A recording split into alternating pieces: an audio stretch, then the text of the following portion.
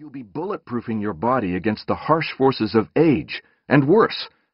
According to David Mangelsdorf, Ph.D., a noted metabolism expert at the University of Texas Southwestern, everything you're doing to harm your metabolism does more than just affect your waist size. Each one of the things that you're doing is a risk factor for more than just burning energy and getting fat, he says. You're at risk of disease.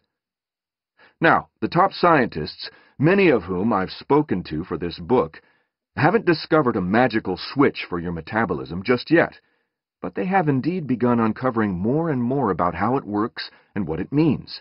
And I can tell you this, gaining control of your body is far easier and far more attainable than you ever imagined.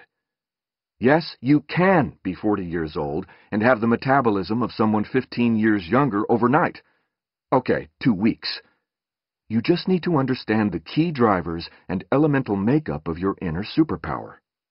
Your metabolism is a dizzyingly complex process deep inside your cells that takes the food you eat and either stores it as fat, muscle, and other bodily matter, or burns it off as energy.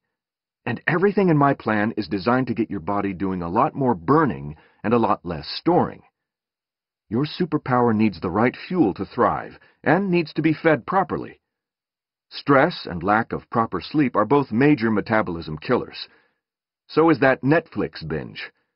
And when your hormones, your body's inner organ-to-organ radio network, fail to communicate properly, your metabolism takes a severe beating as well.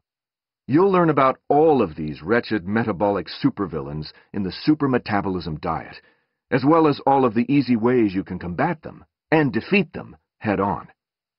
But the very foundation of your metabolism is, of course, your diet.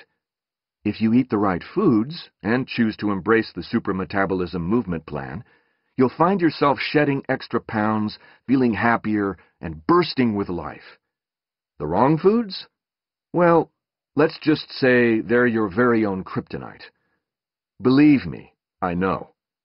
Like so many American males raised in the 1970s and 80s, by the time I reached young adulthood in the late 80s, I knew a few irrefutable truths.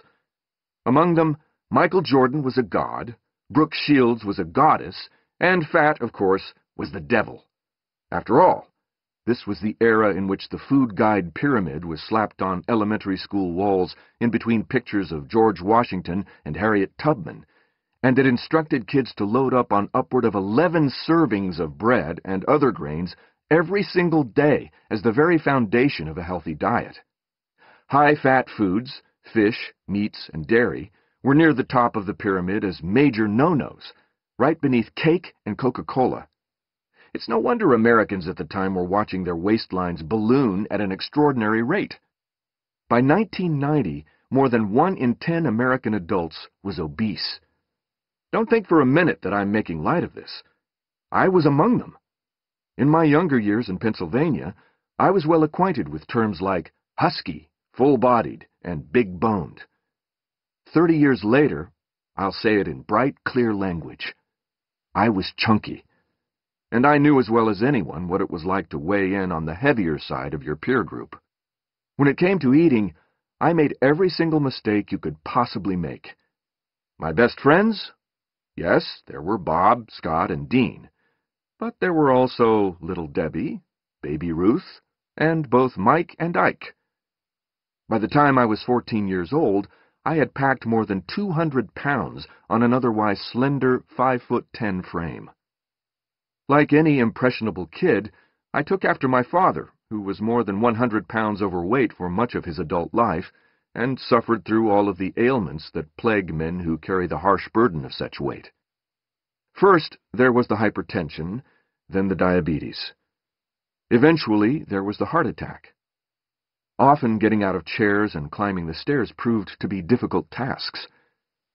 Unfortunately, he ignored many of the telltale signs about his health, and his life was cut short too soon after a stroke at the age of 52.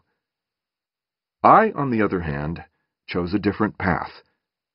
Joining the Navy Reserves after college, I finally shed all of those unwanted pounds. Thank you, boot camp.